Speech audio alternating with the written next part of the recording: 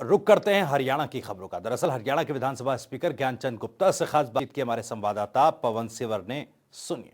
का बजट सत्र 5 मार्च से शुरू होगा और बजट सत्र की तैयारी को लेकर मेरे साथ खास बातचीत करने के लिए हरियाणा विधानसभा के अध्यक्ष ज्ञानचंद गुप्ता हैं। स्पीकर साहब, 5 मार्च से बजट सत्र शुरू हो रहा है, क्या तैयारी इस बार की? सर, कोविड के प्रोटोकॉल की अगर हम बात करें तो उसको किस तरीके से फॉलो किया जाएगा? देखिए, निश्चित तौर पर जो मंत्रिमंडल का प्रस्ताव है 5 मार्च के लिए बजट सत्र के लिए, उसकी नोटिफिकेशन आदरणीय राज्यपाल महोदय के द्वारा जो ही होगी, हम पूरी तरह से बजट सत्र के लिए तैयारी है। और जो प्रोटोकॉल की बात आपने कही, जो प्रोटोकॉल चंडीगढ़ प्रशासन का आज यहाँ पर लागू किया हुआ है, हम उस प्रोटोकॉल को पूरी तरह से पालन करेंगे। और मुझे जहाँ तक जानकारी है, अभी तक 200 लोगों को 2 गज की दूरी के साथ बैठने का प्रावधान उन्होंने इजाजत दी है। और वो अगर प्रावधान उस समय तक भी लागू रहता है तो हमें जो बजट का सत्र है वो भी पिछले बजट की सत्र के मुताबिक ही 2 गज की दूरी के साथ हमें करना होगा। और उस प्रावधान में हम ना तो कोई दर्शक दीर्घा के अंदर किसी भी व्यक्ति को इजाज़त दे सकते हैं, क्योंकि हमने सिटिंग अरेंजमेंट उस प्रकार से किया है, और ना ही जो हमारे पत्रकार साथी हैं, मीडिया के साथी हैं, उनको भी हम पूरी तरह से फिर हरियाणा निवास के अंदर ही उनकी व्यवस्था पिछली बार की तरह करनी पड़ेगी। इसके साथ ही विपक्ष जो है वो लगातार एक बात कह रहा है कि हम अविश्वास प्रस्ताव लेकर आएंगे। किसानों का जो मामला है, पूरे देश में जो किसानों का आंदोलन चल रहा है, उस मामले में विपक्ष अविश्वास प्रस्ताव लाने की बात कर रहा है बजट सत्र के दौरान। तो अभी तक विपक्ष का कोई प्रस्ताव मिला है क्या सर, और नियम क्या कहता है खासतौर पर अविश्वास प्रस्ताव को लेकर? नहीं, देखिए, जहां तक अविश्वास प्रस्ताव की बात है, अभी तक कोई ऐसी सूचना अविश्वास प्रस्ताव के बारे में नहीं मिली है।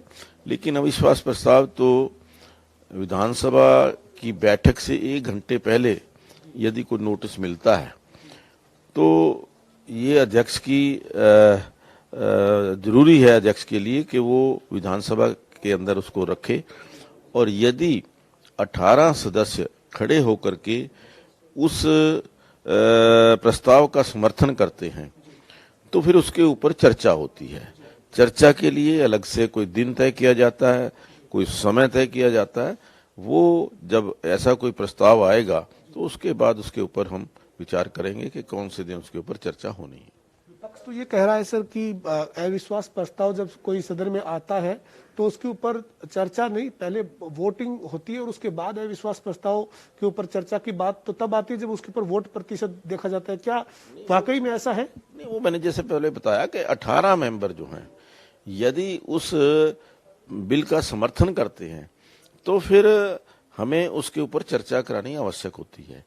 तो उसके ऊपर चर्चा होगी और उसके पश्चात यदि आवश्यक होगा तो उसके ऊपर वोटिंग भी हो सकती है। स्पीकर साहब, इसके अलावा विपक्ष ने अभी तक क्या क्या जो है वो बिजनेस दिया है अपनी तरफ से? विपक्ष का क्या बिजनेस मिला है आपको?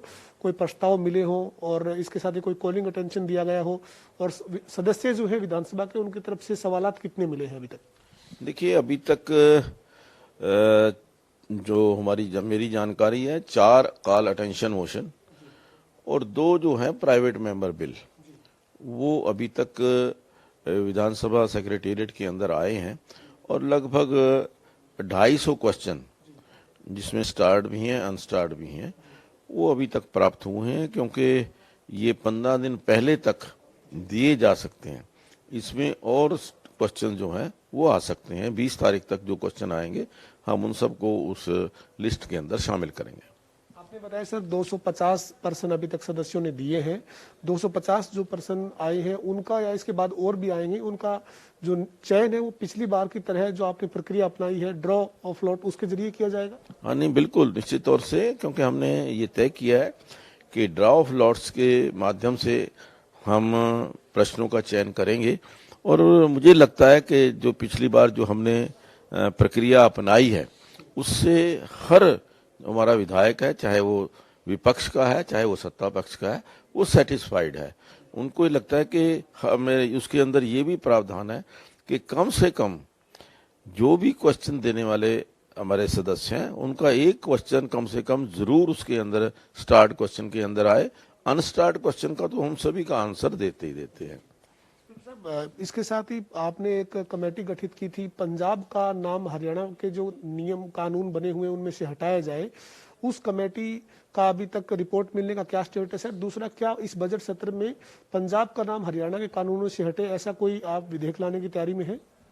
हाँ देखिए, बिल्कुल जैसा मैंने आपसे पहले भी बताया था कि इसके लिए एक कमेटी का गठन किया गया था और हमारे जो चीफ सेक्रेटरी हैं उनकी अध्यक्षता में और एलआर जो हमारे हैं उनकी अध्यक्षता में एक कमेटी का गठन किया गया था और उस कमेटी की रिपोर्ट आ चुकी है और कमेटी के अंदर जो रिकमेंडेशंस आई हैं उसकी बैठक आज उसके ऊपर की जा रही है और मुझे पूरी उम्मीद है कि आने वाले सत्र के अंदर ये जो पंजाब का नाम सारे हमारे रूल्स के अंदर, जो बिल्स के अंदर था, ये जो हमारे नियमों के अंदर था, उसको हटा करके हरियाणा का जो शब्द है वो हम उसके अंदर सभी नियमों के अंदर उसको ऐड करेंगे।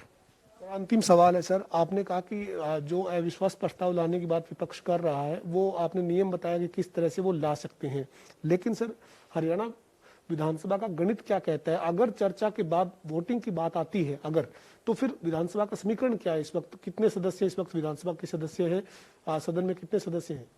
देखिए, अभी तक जो 88 सदस्य जो हैं इस समय विधानसभा के हैं और बहुमत के लिए 45 सदस्यों का समर्थन होना अति आवश्यक है, तो उसी दृष्टि से हम इसके ऊपर निर्णय लेंगे।